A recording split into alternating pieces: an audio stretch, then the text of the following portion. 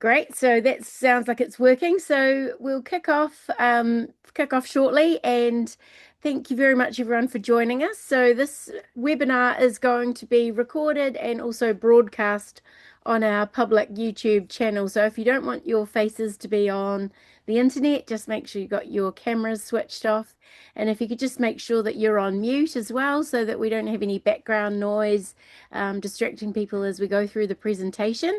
But if you've got any questions throughout the talk, please just put them in the chat box at the bottom as you think of them, and I'll answer them all for you at the end of the presentation. So yeah, we'll kick off. I think we might also have Peter Mott on the call from Passage Guardian, so I'll introduce you to him a bit later on as we get going through the call. So welcome, South Island Rally. Great to have you all joining us. The South Island is a place very close to my heart. It's my home. Christchurch is where I'm normally based, although I'm on the boat in Auckland at the moment.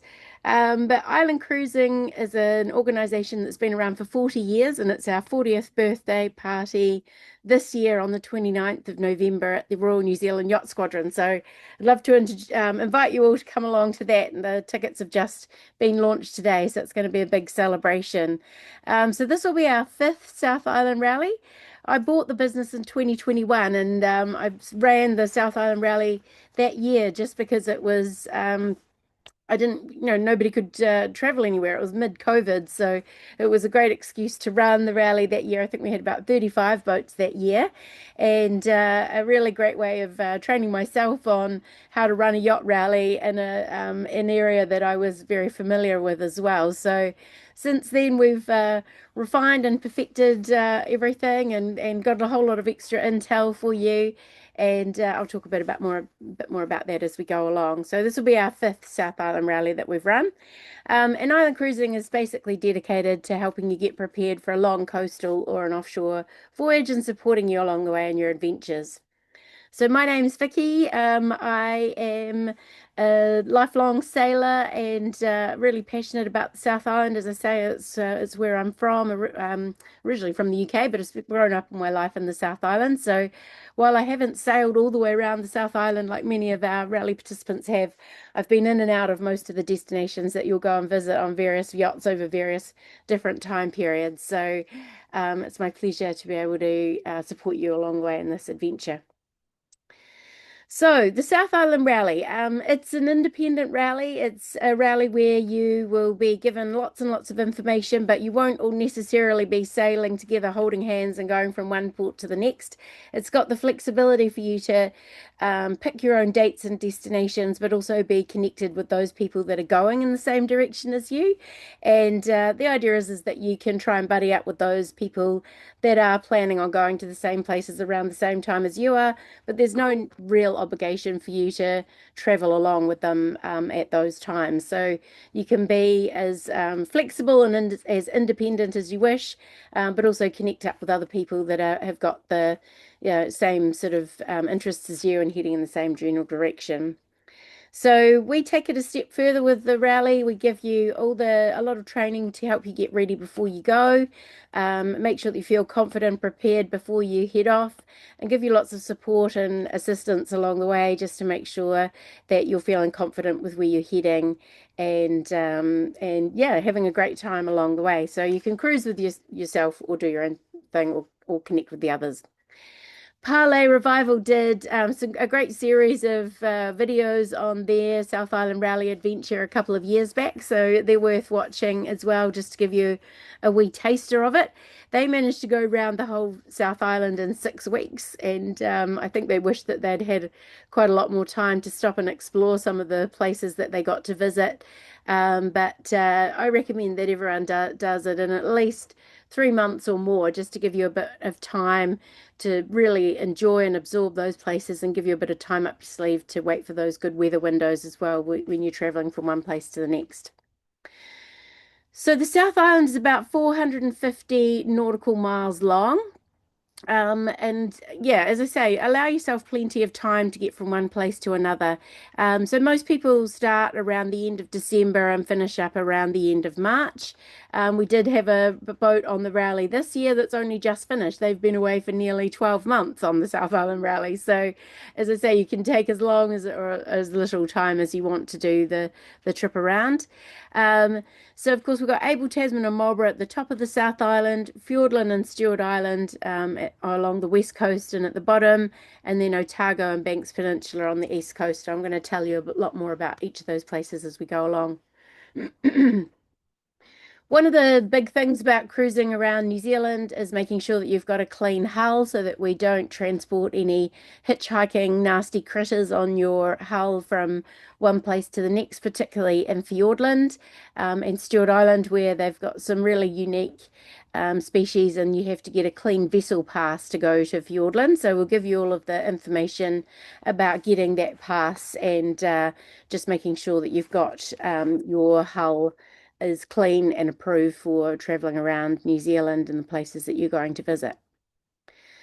So the rally comes with lots of inclusions. So once you register and pay the rally entry fee, you get a vessel manual, and this is designed to help you tick off the safety requirements that you'll need to make your trip safe and enjoyable. And arguably, going around the Island is as challenging as going on an offshore passage up to the islands.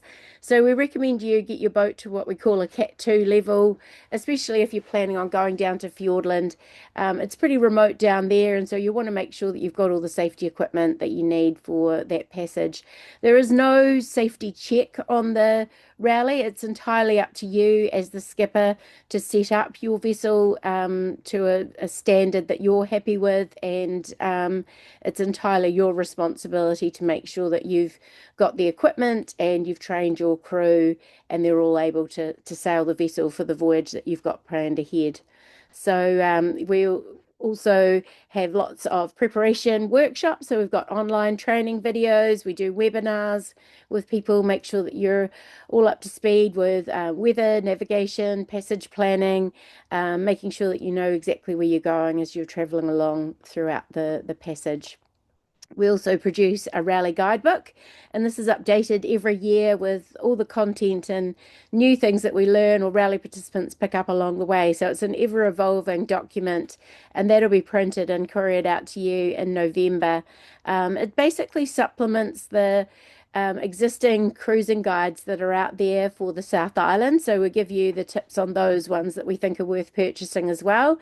And this one kind of fills in the gaps of the things that are missing. So a couple of the cruising guides that are out there are sort of older guides that might have slightly older information in there, and this sort of gives you the current contact details and the people, local people that you need to make contact with to get moorings and getting your groceries delivered in Fiordland and communications and weather tips and just a general overview of the whole South Island, if you like.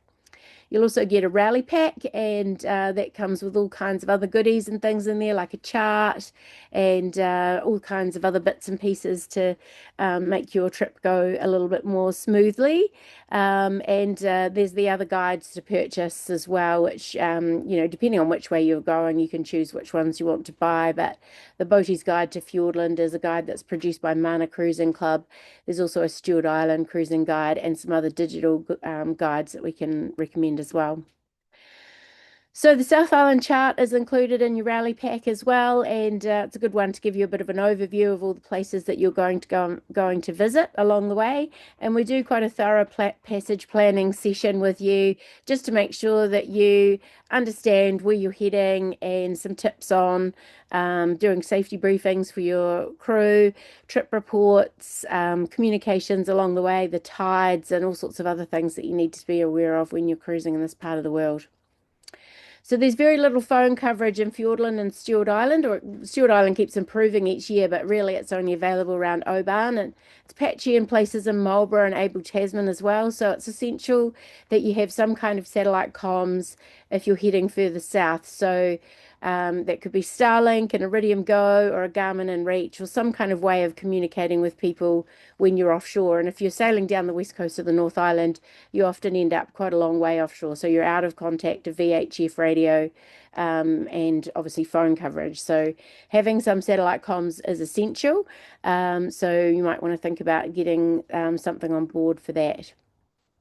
And the other key thing to think about at this time of the year in New Zealand, as we all know, the weather is a really key factor in whether it's going to be a fun or not so fun passage or a trip that you want to stay home and wait for a better window for. And often you can be basically running the gauntlet between one front and another system coming through. So having a good fuel capacity and lots of patience to wait for that window or just be able to motor in between the systems to get yourself into a safe place before the next weather front comes through.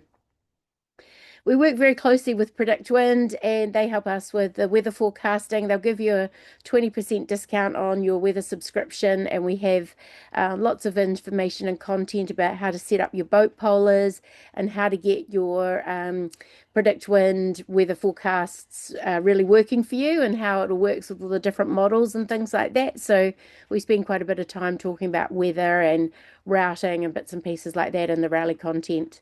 And also with PredictWind, we have a tracker for the Rally as well. So you can set yourself up to be tracked automatically using your Iridium Go or a data hub with your Starlink. So Starlink itself on its own doesn't have a GPS inside it. So you have to have another tool called a data hub, which basically collects your GPS position off your vessel and sends it up to the satellites with your Starlink connection. So that's an option. There are other options you can use to connect your vessel to the tracker, and we can give you a lot of information about that as well. But yeah, it's great having the tracker because you can share your location all the time with your friends and family back home.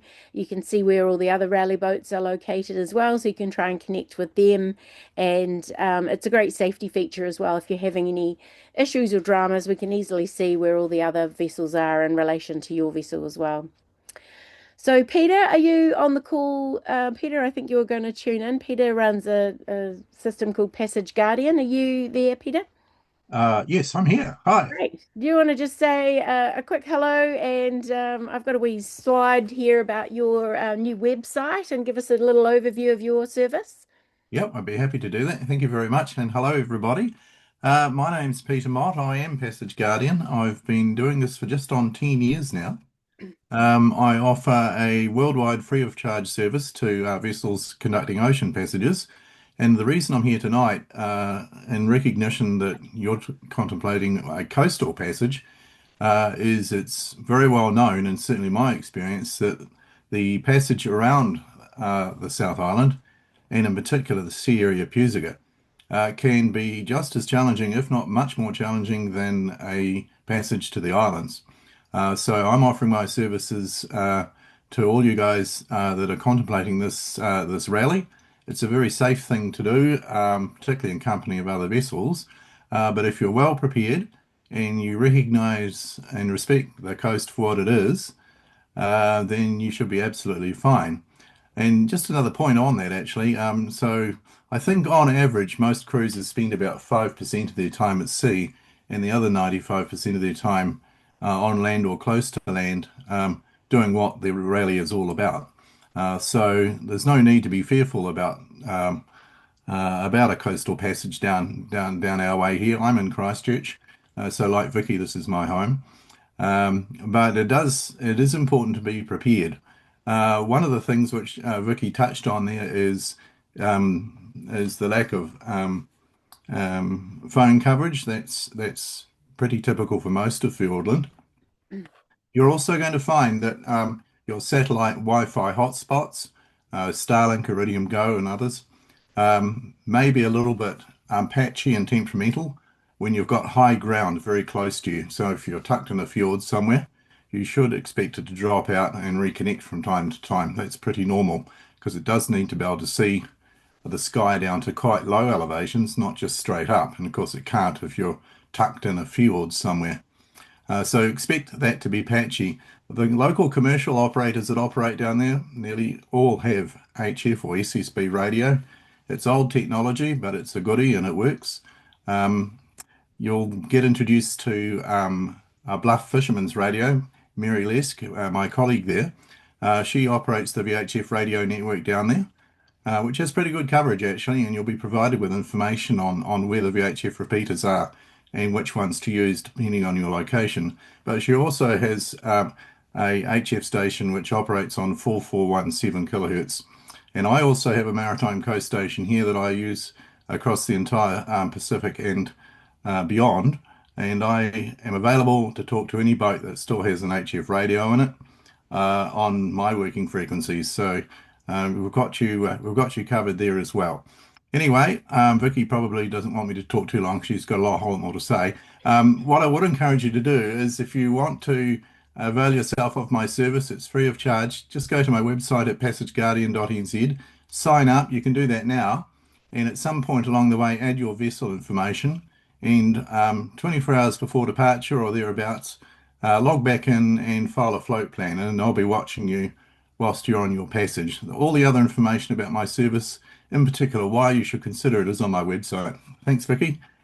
Great. Thanks, Peter. It's a fabulous service that you offer, and I really appreciate all the support that you give to the rally participants. So we'll talk more about that as we go along and the rally content as well. But another thing that we can help you with is crew. So I don't recommend my crew because they'll drink all your wine by the looks of this photo. But we can help you out with crew. We've got lots of crew members who are keen to get some coastal experience and offshore experience and really experience, enjoy cruising some of the coastal passages with you guys as well. So definitely lots of options for us to help match you up with crew, or if you're interested in crewing on those passages, we can add you to our crew seeker list as well. So one of the best things about joining the rally is making new friends heading in your direction. And there's been some really lifelong friendships and connections being made on the South Island Rally, and it's a pleasure to be a part of. So that's one of the best things that you'll enjoy for the rally.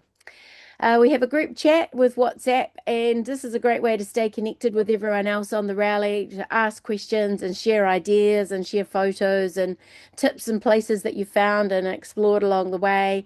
It's a really nice way of staying connected, so we'll make sure that you get joined up to that as well. And we also provide support if things go wrong, so we can have assistance with repairs and parts, or delivery crew to help if you need to get off the boat or if you have some major dramas. Obviously, Peter's service with Passage Guardian is there to help you as well if you need any extra support, and providing sort of our lens on weather and things like that as well. So we've had a few dramas on the South Island Rally. This lady was airlifted off when she was on the rally. She was walking up at the Abel Tasman and slipped over and broke her ankle. So that was on the first year that we ran it. She got evacuated from the Abel Tasman.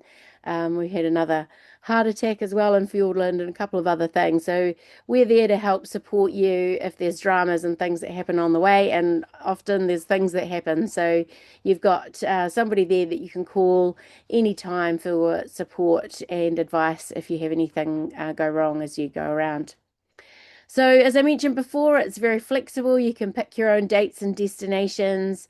You can spend as long as you want down in Fiordland or Stewart Island. There's no pressure to rush on, or you can go really quickly and see the things you want. You might just want to go and do Abel Tasman and Marlborough. That's an opportunity as well. You don't have to go all the way along and around. The choice is absolutely yours. So, as I mentioned, departing the end of December is usually when most people like to go, but you can go earlier as well in November or even October if you want to start early.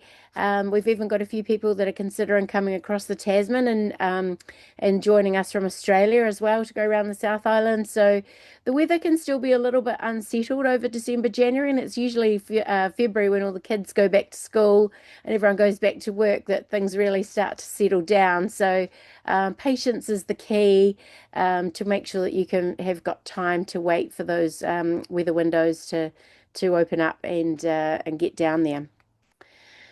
So, a lot of people like to sail south down the west coast, and that's just because of the prevailing weather systems. It's a shorter passage, so it's about 500 nautical miles down the west coast versus about 600 nautical miles down the east coast. It's a more direct route. Of course, you don't have East Cape and Cook Strait to deal with, which are the two kind of crunch points on the east coast. So a lot of people like to sort of make their way north to Opua from Auckland, perhaps have a bit of a shakedown over that sort of 180 miles or so to get up there. And then you've got about 500 nautical miles from Opua to get down to Abel Tasman. So it usually takes most boats a 3 to 4 day passage to get down there. And if the weather's looking okay and you've got the window, some people go directly from Opua straight down to Milford Sound, and that's about 650 nautical miles from Cape Reinga. So, if you think about it, getting up to the islands is about 1100 nautical miles. So you're sort of going almost halfway to the Pacific when you're sailing down to the South Island. So, if you're waiting for a weather window, there's plenty of places up around the Bay of Islands to kick around and wait for that window to open up, and you can go cruising up around the top of the North Island there. There's some stunning places to go and explore. And obviously, then sailing around the top and around Cape Reinga is something that people really enjoy doing and often have a little celebration as you go around each cape, which is quite a fun thing to do. It's nice to go round the top during daylight hours if you can time it that right. That is where obviously the Pacific Ocean and the Tasman Sea join, and there can be a bit of unsettled seas, so it's quite nice to do it in daytime. At night time, some people tend to get a wee bit seasick, but you can sort of see the waves over here as you go around the top. So we'll give you some tips on how to get around there and what the currents and things that might be like when you're heading around that part. Obviously, it's good to do a bit of fishing and stuff like that along the way, and it's quite a good ocean passage down the west coast. You'll often be quite a long way offshore if we go back to that previous photo there. You can see these boats out here are quite a really long way offshore, so you definitely won't have any phone coverage or anything on those passages. So you've got to be really well prepared and be prepared to be out of sight of land for a couple of days. But it's well worth the trip, and sometimes you might get some stunning scenery and things like this as well as you kind of cruise down the coast. And if the weather's not looking like it's going to be much fun in Cook Strait, you do have the opportunity to stop in Port Taranaki on the way down. They've got some moorings over here, a couple of public moorings that you can pick up. It's quite open to the north though, so if there's any northerly swell, it's not so much of a nice sheltered anchorage. But if you want to, you can stop here for a day and just let the weather kind of go through and then carry on your trip. It's about 100 nautical miles from New Plymouth to Tarakoe, which is up here, which is the marina in the Bay of Islands. So it takes you about 20 hours to do that particular trip. So a good sort of, day trip to get over there. So Port Tarakoe is up here at the top of the Abel Tasman. This is the Abel Tasman here, and Nelson's down over here. And the Marlborough Sounds and things are over this particular area. Tarakoe Marina is normally full of fishing boats and things like that, but it is, if they're out, they do have visitor berths, and they have fuel, and you can get groceries and things delivered here. And if you can get a spot to and go in the marina, or there's an anchorage nearby, it's worth going and exploring Golden Bay. So there's some wonderful places that you can go to there, do a day trip through Golden Bay and go and see Pupu Springs, which is the clearest water in the world or something like that. It's an absolutely stunning place to go and visit. And from there, once you've kind of refueled and reprovisioned, you can head south into the Abel Tasman. And Abel Tasman National Park is a fabulous place. They've got some incredible walking tracks, an excellent water taxi service, so you can get your crew and friends and family delivered out to you on the boat. There's lots of sea kayakers and people hiking around to be aware of as well. It gets pretty busy over Christmas and New Year holidays, but there's also quite a large tidal range, up to 4 meters in places here, and you can see quite a good example of that. I went into this bay here with on the water taxi getting delivered out to my friends. And 4 hours later, this is what that passage looks like. So the water pretty much drains straight out of there. So you've got to have your wits about you with your dinghy and your anchoring and things like that in this part of the world. The trailer yachts can go right in, so that's that pass through here. So they sail in through the pass at high tide, and then put some fenders underneath, and the tide drains out like the plug's being pulled, and they can camp out there inside these little estuaries and things, which is kind of fun. So some of the catamarans can do that in certain places.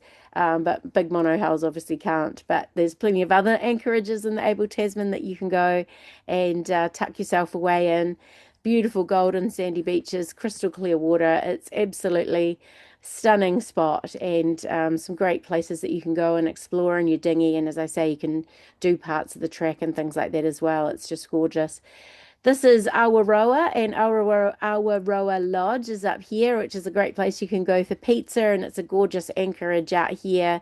And the trailer yachts come in here and anchor up on this sort of sandy area at high tide. So a stunning place to go. But I highly recommend a pizza and a beer with your other rally participant friends at the Awaroa Lodge when you get there. It's boat access only, although I think they do have helicopters and things like that flying in, or otherwise you've got to walk there. So it's one of those cool places that you can stop off for a great bite to eat along the way. So um, absolutely stunning place. This is called the Anchorage, Torrent Bay, and it's the sort of all-round protected anchorage in all weather, and so it gets pretty busy in here with the boats and people hiking in and out. But that's a lovely spot to go and visit too. And of course, Abel Tasman, Kaiteriteri Beach is a really popular place for Christchurch people to go for their summer holidays and camping and things like that. So gorgeous golden sand and places there. As you can see, the marina at Motueka has got also got a big tidal range. So if you need to time it right, getting in and out of here, if you come into this particular marina or have a boat that's happy to sit on its hull whilst the plug gets pulled, or otherwise you can go into Nelson Marina, and they've got some fantastic marine facilities in Nelson. So if you need rigging done, we've got one of our rally partners is based in Nelson, Rope Tech Rigging, but there's great chandleries and other repair facilities here, and a fabulous visitors berth as well. And if you're coming from Australia, Nelson Marina is a good place to clear in if you're coming from Australia and doing your South Island Rally adventure from there. So that's another picture of Nelson. It's a lovely sunny town, and the marina is pretty close to the supermarket and other facilities as well along the way. So from there, you can either stop and stay in Abel Tasman and Marlborough, or you can head south down the west coast and Fiordland, or choose your own itinerary. As I say, it's completely flexible. You can go in completely the opposite direction if you wish, and just even wait and decide what the weather's doing on the day before you make any decisions. If you're going to stay in the Marlborough area, then the next stop that you visit would be D'Urville Island. So Abel Tasman to D'Urville is about 30 nautical miles. You've got some great harbours and things like this to explore. Greville Harbour, Port Hardy, French Pass. I think I've got some pictures of French Pass later in the presentation. This is a place you really need to have your wits about you. The tidal current can flow through here at up to 7 knots, so it can be a challenging stretch of water through French Pass. And Catherine Cove's another lovely spot with a nice cafe that you can go and visit. But this is us in Port Hardy on my friend's boat Jive Talking a few years ago, catching a few beautiful blue cod, which is one of the most delicious fish in the world. So we'll make sure that you're aware of all the fishing regulations and what size blue.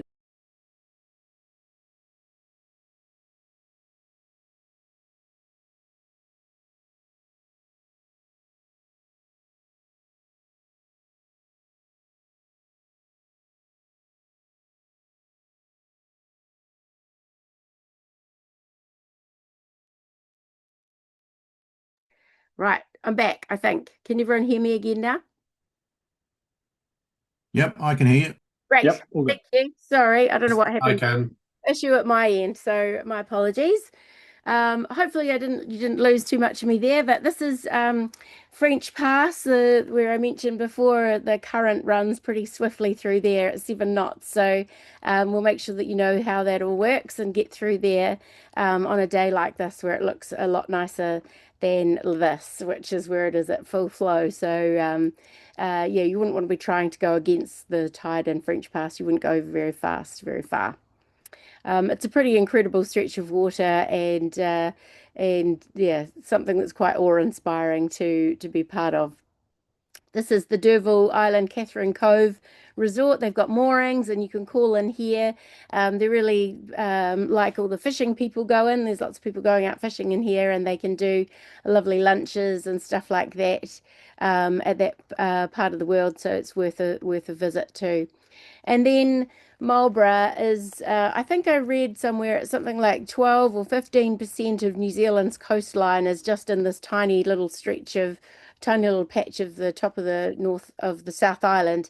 And there's so many maze of bays and inlets to explore.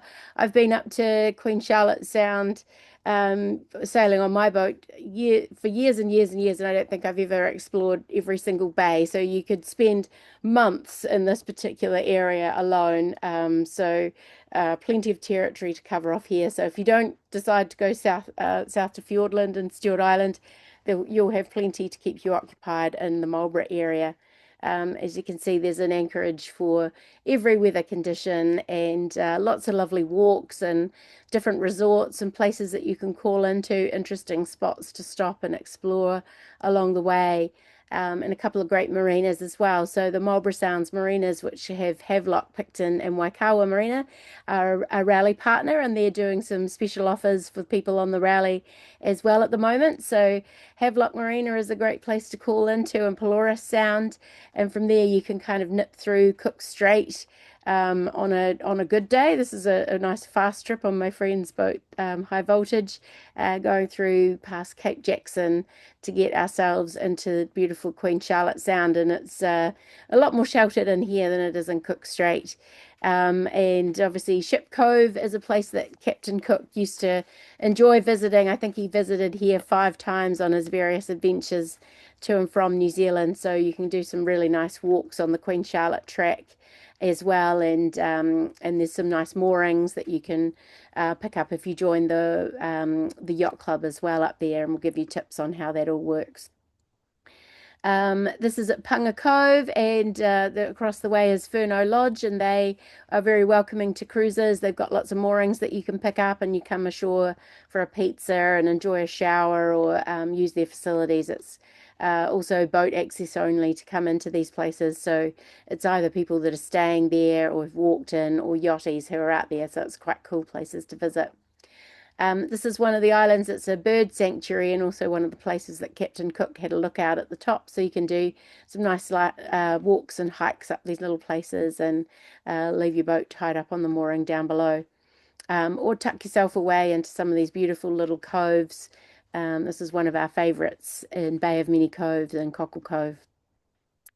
And this is down in Governor's Bay, and again, another nice walk up the hill, and you can get a nice aspect looking down onto the bay and out the harbour. It's gorgeous.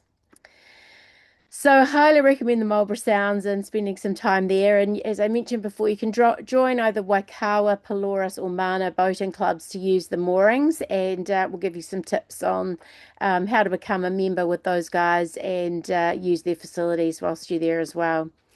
So very social in the Sounds, and lots of great wildlife and things you can find along the way there. We've got nice seals and dolphins and bits and pieces to play with.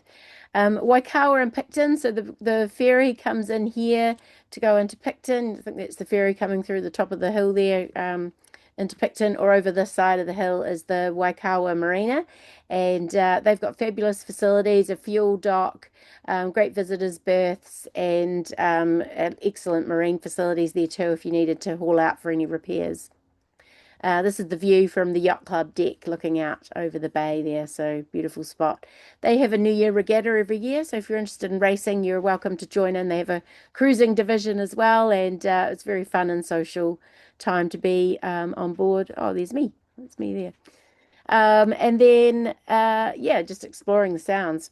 Or you can head south to Fiordland. So if you don't want to go to Marlborough and the weather's looking good, you can go straight down to Fiordland. So it's about 400 nautical miles from Nelson down to the top of the fjords to Milford Sound there. So it'd take you a 2 to 3 day passage. So it's usually okay to find a weather window to do that. And the fjords or Fiordland's about 100 nautical miles from north to south. There's 14 different fjords, so the most popular ones is Preservation Inlet, Dusky Sound, Doubtful Sound, and Milford Sound. So they're the ones where you're likely to find the most people, but there's lots of other little places that you can get into there and have the whole place entirely to yourself. But as Peter mentioned before, because the scenery is so dramatic and the hills and the mountains are so high, sometimes you can have issues with your GPS and satellite communications just because your comms or plotters can't get access to more than one satellite at one time. So you can experience some dropouts and maybe not be in the position that you think you are. So you do have to have your wits about you when it comes to navigating and obviously getting your comms right. But on a good day, it's a beautiful place to go and visit, and the scenery is just absolutely spectacular. Of course, I'm sure you've all seen Milford Sound pictures and all the tourist postcards and bits and pieces.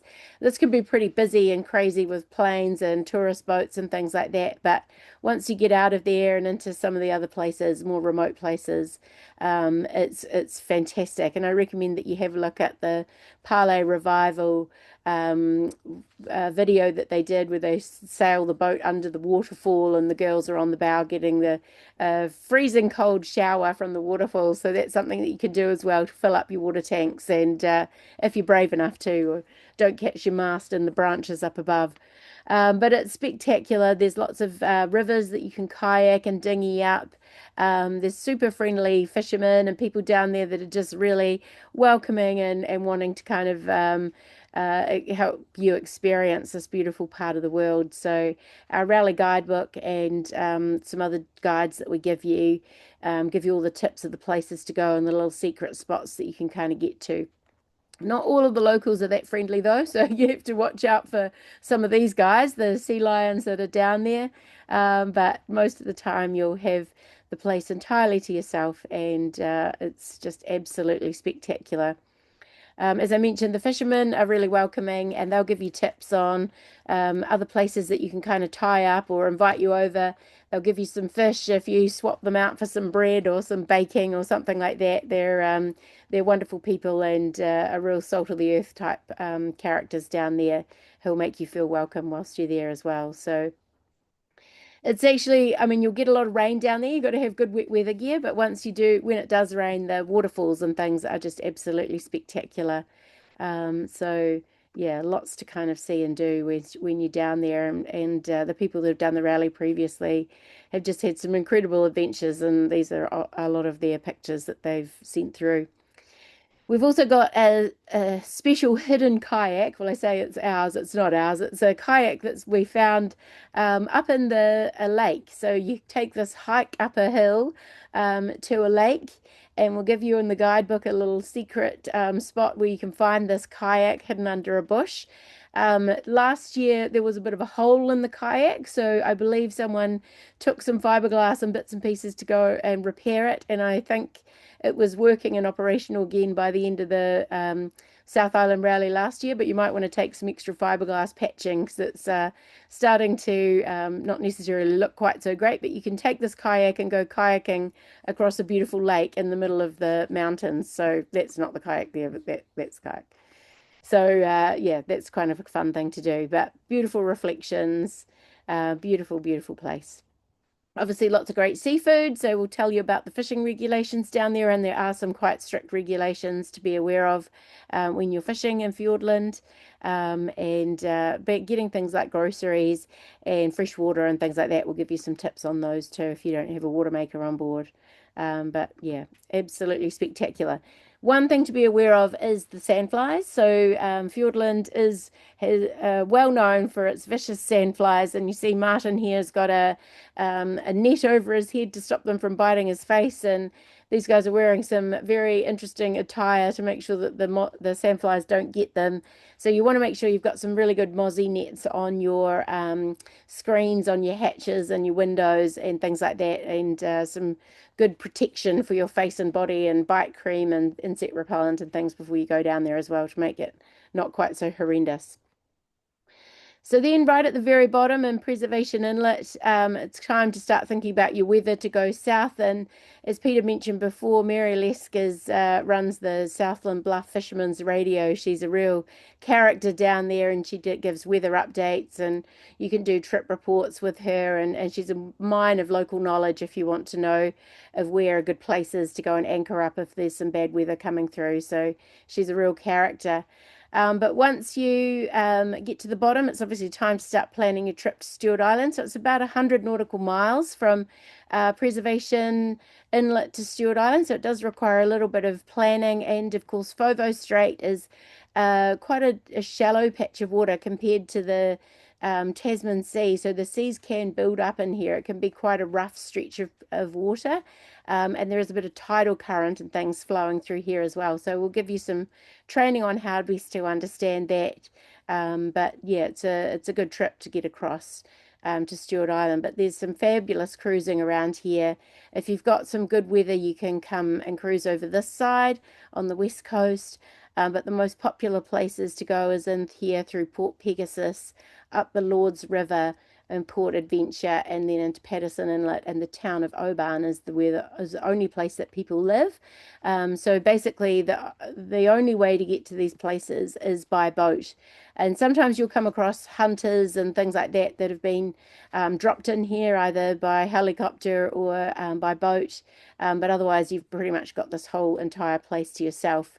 And a lovely man called Alistair Walker has created a Stewart Island Rakiura guide, which is a guide that we've got on our website for you to tap into. Some heaps of information in there about all his favourite spots in Stewart Island. And we also have contact down there who can find you moorings in Stewart Island in the Oban Township, either on one side or the other. And instead of paying for moorings, they just ask for a donation to go to the school there, and we'll give you some tips on how much you should donate to the school for those use of the moorings and things, and who to call to get yourself a mooring. So this is the bay here. The ferry comes into the bay here, and then also over in here is Patterson Inlet, and lots of other anchorages and things inside there as well. So it's a gorgeous spot. I think there's only about 15 kilometers of roads on Stewart Island, and a really small town, a great pub that you can go to. They've got a really good sort of Foursquare supermarket, a really good quiz night that you must go to at the pub. It's super popular, and they did have phone coverage in the town last year, but when I went a few years back, they didn't. Um, and they've also got the great white sharks and things down there as well. You can see the Pale Revival video where the sharks came and bit the back of their boat. So just take care when you're swimming and fishing in that part of the world. But it's absolutely gorgeous. Like, Stewart Island is stunning. The beaches are incredible. The water is crystal clear. You've got kiwis walking around. You can see kiwis at night in the middle of the town. It's just absolutely incredible place, and really lovely, lovely people, and lots of history there as well. So this is the Norwegian whaling station base.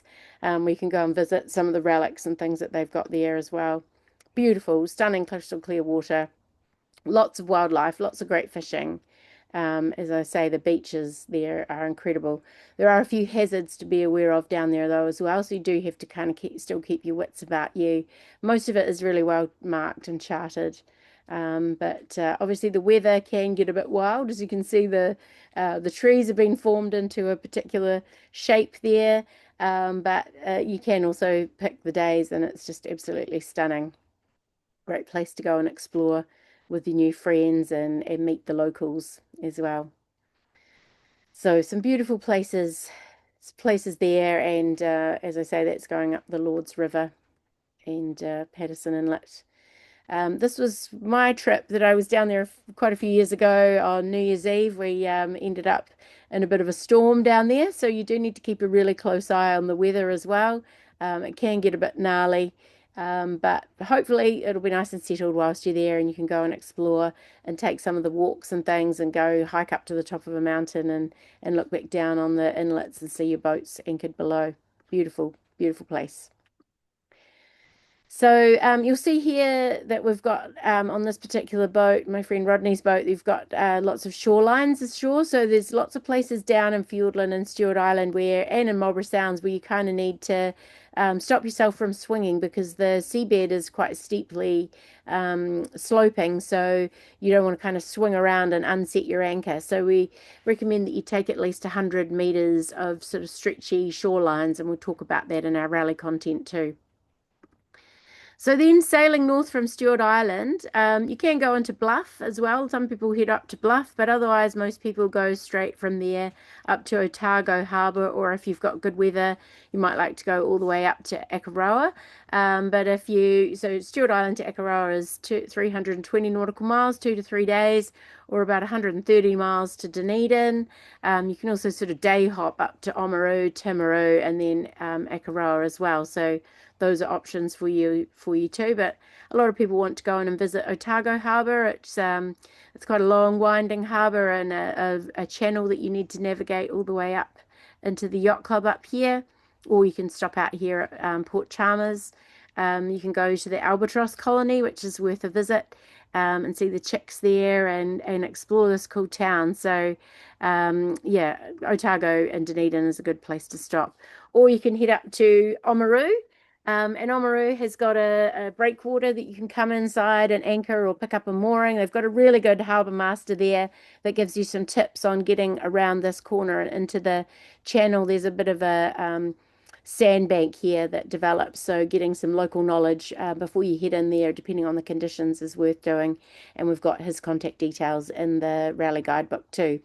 Oamaru is a really interesting place to go and visit. They've got some fabulous historical buildings in their Victorian kind of quarter, and they've got a really quirky sort of steampunk vibe and culture down there. It's quite quirky. But and then from there up to Timaru, you can stop in Timaru if you wish. They've got this little breakwater that you can tie off to, and Timaru is a nice little town to visit if you wish.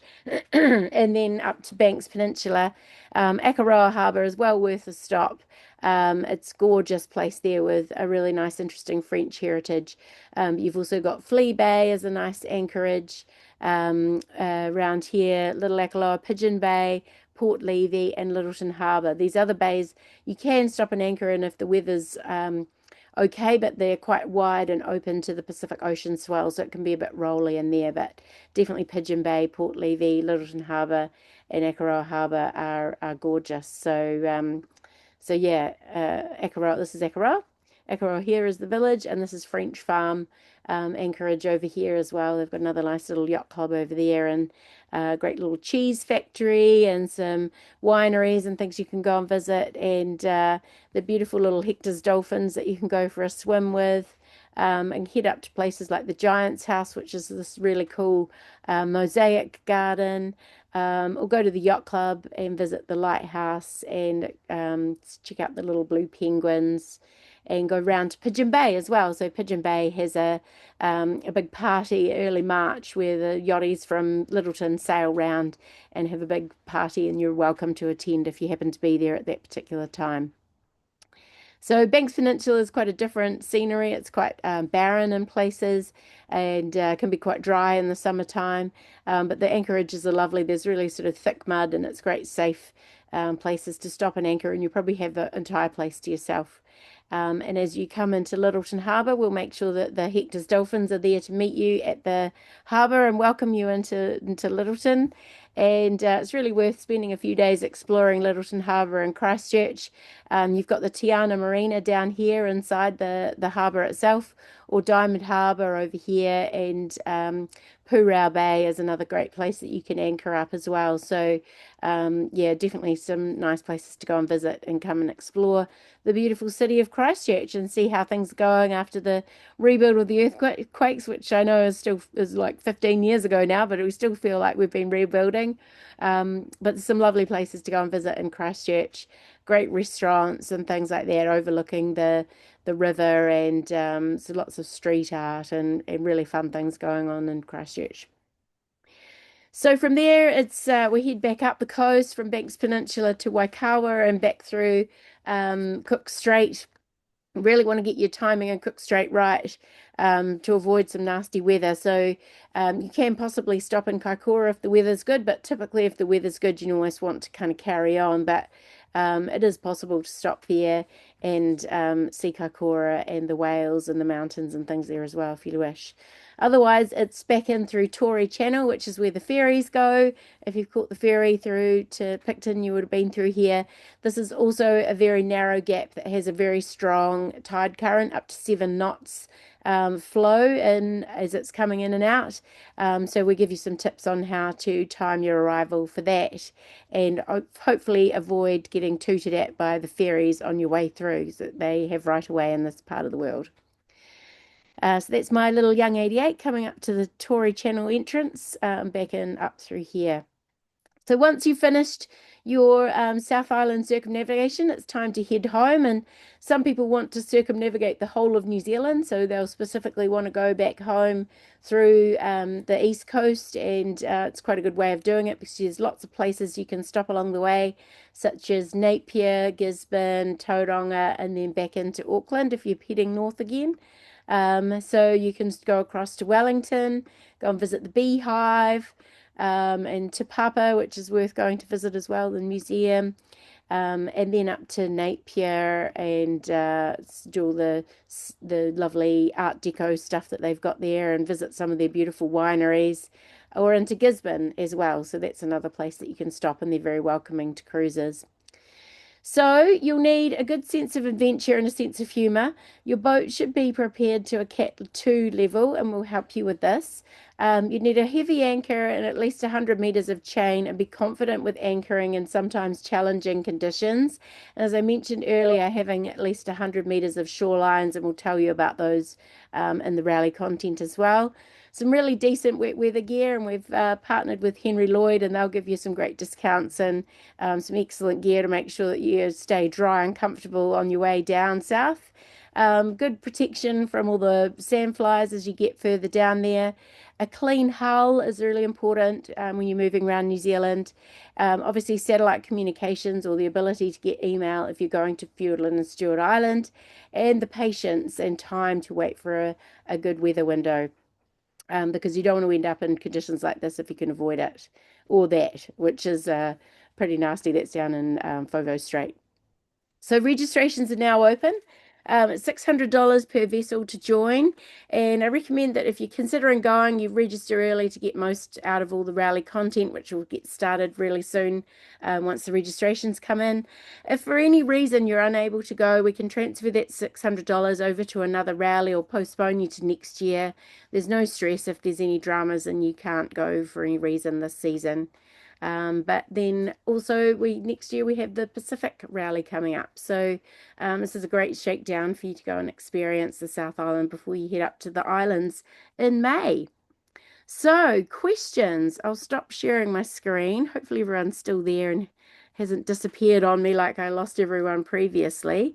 But I'll have a look in the chat box. I think I lost the questions from previously when I had the thing cut out. There were a couple of questions in there, but they've disappeared on me. So if you've got any questions, please feel free to either take yourself off mute or pop them in the chat box now for me.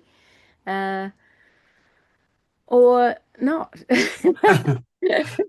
Vicky, hi, it's David. Well, thanks for all that. That was huge information.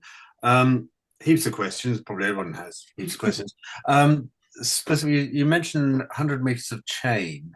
Yes. Do you recommend specifically chain? I mean, there's a hell of a lot of weight in the bow rather than just 100 meters of rope. I've got about 65 meters of chain, and the rest is rope. In your experience, is chain really the go? I think carrying as much as you can is probably the key. Obviously, you don't want to overload your vessel if you can't carry that much up there.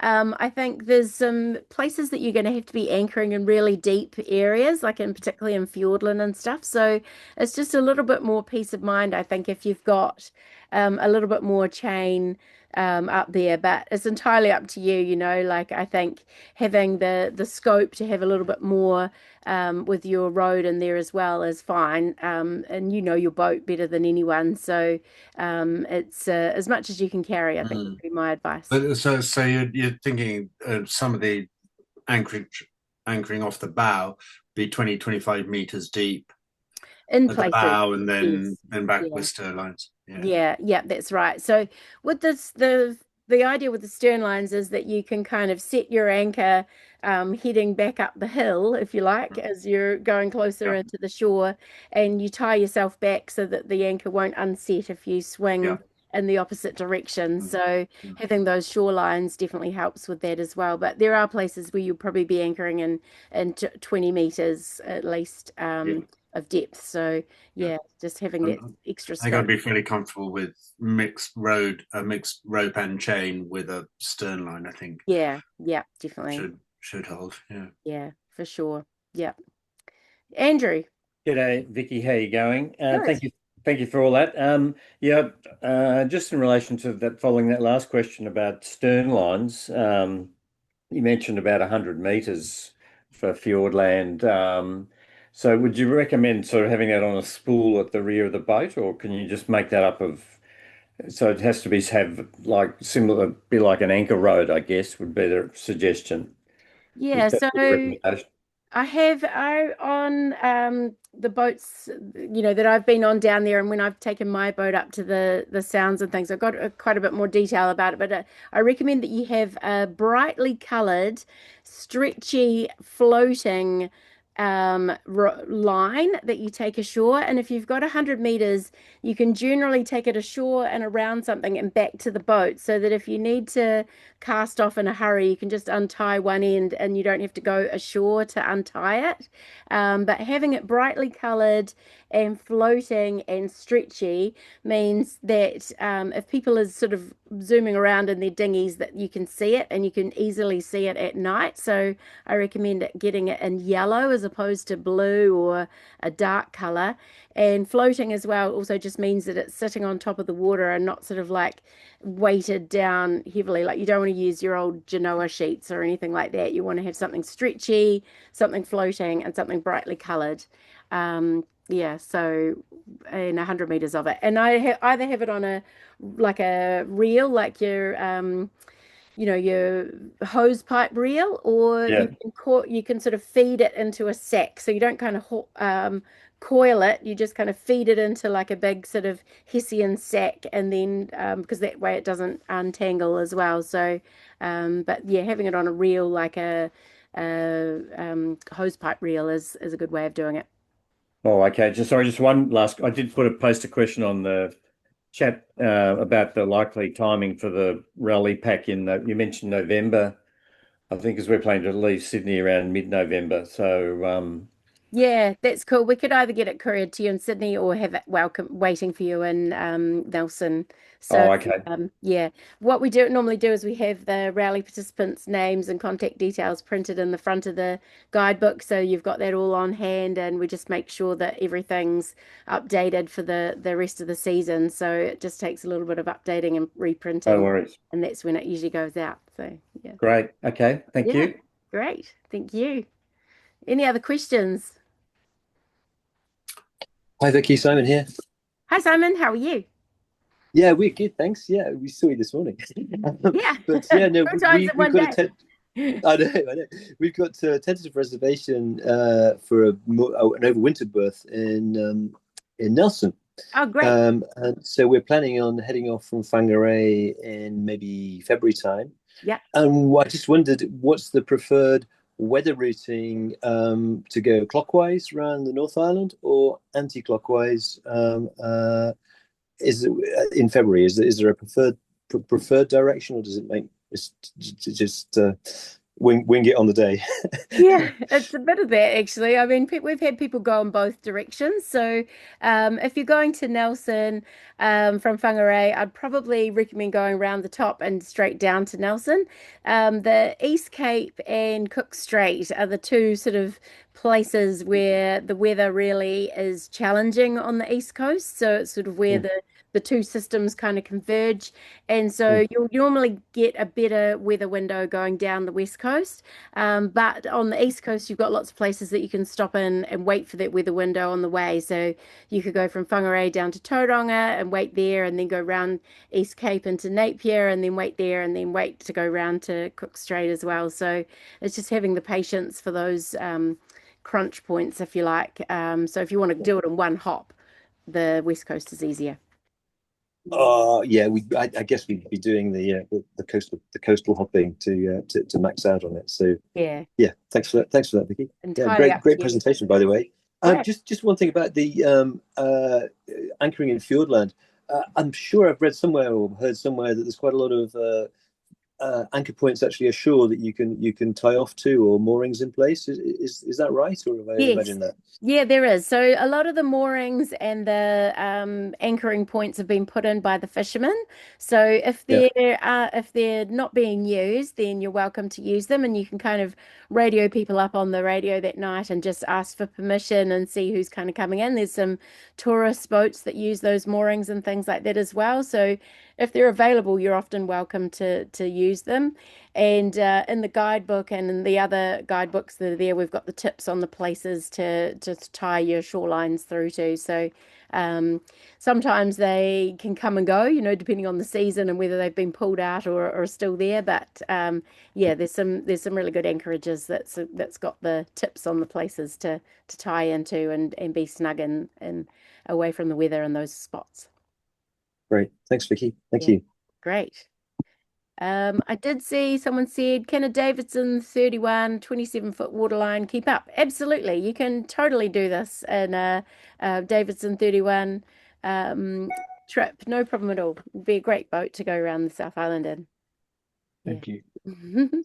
We've actually got two 30-foot boats on the Pacific Rally at the moment this year as well, up in the island. So don't be afraid to go around New Zealand in a boat like that. And the Young 88, one of those pictures it's been round as well. So yeah, definitely doable. Cool. Thanks. Yeah. Any other questions, anyone? I've just got another quick one, if I may. Yeah. Departure from Apua. Are there any? Do you plan or organise any events up in Apua? I'm just thinking timings of when to get up there after Christmas, and I wouldn't want to miss out on anything, but I don't want to get there. I don't want to miss out on Christmas either. No, exactly. So we basically work that out once we've got all the registrations in place. So we kind of try and figure out who's coming from which direction, and if there's a big group of you that's planning on setting off from Opua, then we'll try and after Christmas type thing, we'll try and bundle you up together with those and make sure that you're all connected and ready to go. And so yeah, that's our aim to do that. But often there's sometimes people are kind of like, well, we want to go in November and we're not going until February, and we want to go on this day. So we don't want to kind of try to buddy you up, but we don't want to kind of hold you back if you're keen to get away on a different date to everyone else as well. So that's all quite fluid. So, yeah. Anyone else? Yeah, I've got one there for you, Vicky. Motor vessels. Yes. Clearly, everybody here's got yachts. How popular is the motor vessel fraternity doing this trip?